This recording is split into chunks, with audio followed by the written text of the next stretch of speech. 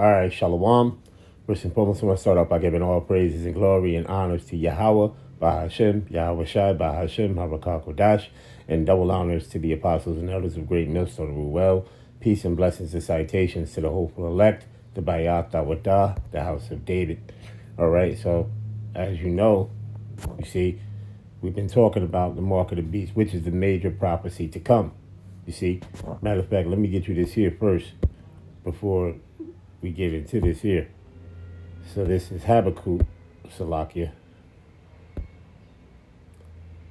Habakkuk, the second chapter, and let's go to the third verse. It says, "For the vision is yet for an appointed time, but at the end it shall speak and not lie. Though it tarry, wait for it, because it will surely come. It will not tarry." And this thing is not tarrying. You see, because the super elite, which is the Rothschilds, the Rockefellers, the Oppenheimers, the DuPonts, the Gettys, the Mancinis, right, so on and so forth, what they want to do is have a global reset. You see, a global reset where they want to do away with the cash, right? You see, and bring in what you call CBDC, central bank digital currencies, all right, under a universal basic income for everybody on the planet, right, and ship them so you will become the tracker. You see, a UPC, okay, with an RFID microchip embedded into your body. All right. Now you take that RFID microchip, Yahweh Shem Yahshua is going to destroy you. I'm just going to tell you that now. Okay. According to Revelation, the 14th chapter, the 9th verse. All right. You can read all the way down. But the point of it is that this is what these devils are looking forward to doing, right? A global reset, okay? All right? Put everything on a blockchain and so on and so forth. Now, all these other nations are in cahoots with this thing.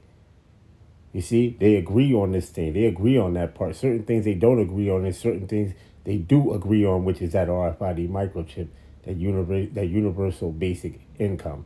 Now, what I want to show you is here, right, before we go and get Revelation, the 13th chapter, right, it says over here, India's new security standards for digital payment system to drive global UPI adoption explained.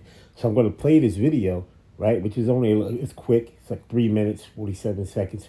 But I just want you to listen in, all right? You see? So it's all going to start. This is a gradual thing, you see? And then eventually they're going to say, you know what? Listen, bro, everybody's going to have to take this RFID microchip. The cash is no longer good, right? The banks are going to take your money. They're going to take it and they're going to put it into what you call and turn it into a CBDC, right? Whatever money you have. You're going to have a universal basic income, which is one income, and it's going to be the same income at all times, all right? You see, this whole global thing is going to be taken over by, which is the fourth industrial revolution, pretty much, which is all ran by AI, robotics. See, data centers, the total information awareness program, right, as they call it, which is a thing of what you call drones, all right, cameras, right, biometrics, okay. All right, which is Palantir, Gideon, so on and so forth. But without further ado, let's play this video. India is strengthening the backbone of its QR code-based payments as it eyes a bigger global role for its unified payments interface. And I always talk about this QR code. As you see the 3 boxes right there, that's 666, those 3 boxes. Okay, let's go ahead. Or UPI. The Bureau of Indian Standards has unveiled fresh rules covering biometric authentication, QR payments, and digital currency security. The objective is clear: reduce fraud risks, create uniform standards for banks and fintechs, and build trust in markets where digital payments are still evolving. India processed over 218 billion digital payment transactions worth nearly 285 trillion rupees in just 11 months of the financial year 2026. With adoption soaring, regulators are now putting in place a structured security framework to guide banks and payment players. India's QR based payment system is already operational across several countries, including Singapore, the UAE, France, with Japan next in line. One of the key standards focuses on biometric authentication, laying down rules for secure data storage, transmission, and protection against identity spoofing. It also sets Yeah, because it's going to move from that phone. You will have it, the chip, embedded in you, right? You see, Revelation, the 3rd chapter, and the 10th verse. This is all going to come to you. It's going to be on a global scale, right? Matter of fact, let's go get it real quick. Revelation, right? Revelation 3 and 10. And it says, because thou hast kept the word of my patience, I will also keep thee from the hour of temptation, which shall come upon all the world to try them that dwell upon the earth. You see? And this is where it's going. Like we told you, it's a global thing. All right? protocols to ensure the integrity and reliability of biometric systems used by financial institutions. Another standard targets QR-based payments, outlining safeguards like secure code generation, encryption, and verification system. The goal is to prevent threats such as fake QR codes, payment redirection, and unauthorized transactions.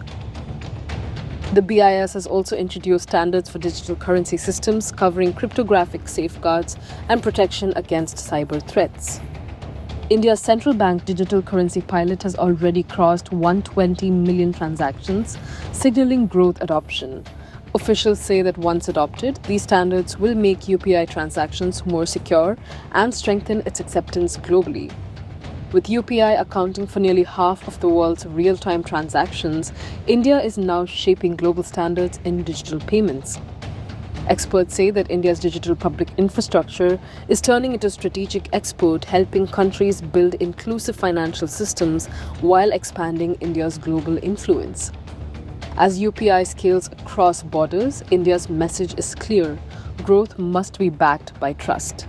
By tightening security at home, India is laying the groundwork to take its payments revolution to the world. We will keep tracking the story for you on Mint. Stay tuned for more news and updates.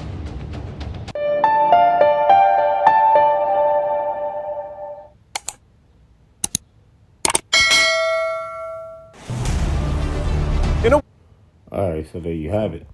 So it's gonna go from your phone and many different things. See, this is all gradualism. You see, it's all gradualism. The next step of it is for your hand and your forehead, which you got Neuralink is already, installing brain computer interface brain chips or brain chips into people's heads, man. People who have ALS, right?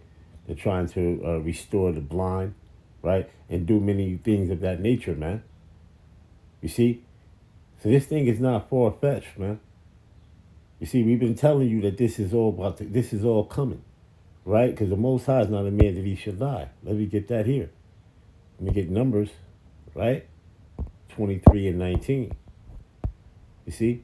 It says, Yahweh is not a man that he should lie, neither the Son of Man that he should repent. Have he said, and shall he not do it? Or have he spoken, and shall he not make it good? Right. So let me get Isaiah 55. All right? Isaiah 55 and 11. It says, so shall my word be that goeth forth out of my mouth, and it shall not return unto me void, but it shall accomplish that which I please, and it shall prosper in the thing whereto I sent it. So this thing is all of Yahweh Bashem Yahushai. See? Right? Okay? Let me get this here. Isaiah 46 and 10. Isaiah 46 and 10, it says, declaring the end from the beginning and from the ancient times the things that are not yet done, saying, my counsel shall stand, and I will do all my pleasure, you see? And this is all coming from the heavenly. These prophecies is all coming from Yahweh Bashem Yahushai, man. Okay? You see? And these things are going to come to pass. All of these things are going to come to pass, right? Isaiah 34. Let me get that there real quick. Isaiah 34 and 16. You see? It says, seek ye out of the book of the Lord Yahweh and read. No one of these shall fail. What is these? The prophecies. None shall want her mate, for my mouth that have commanded, and his spirit that have gathered them. Gathered who? The elect, the hopeful elect, the men who are teaching this word, right? Okay? All right, so let me get Revelation 13, and let's end it right there. Revelation 13 in verse number 16. And he causeth all, both small and great, rich and poor, free and bond, to receive a mark. That mark is charagma, right? You see? And how you going to receive that mark? By the karax, which is the needle, right? Or the palisade that's going to be stuck into your hand, right? To receive that mark, that charagma. You see? It says in their right hand or in their foreheads, and that no man might buy or sell. Buying and selling is transactional, right? By what? CBDC, central bank digital currencies. That's how they're going to have programmable money. Okay?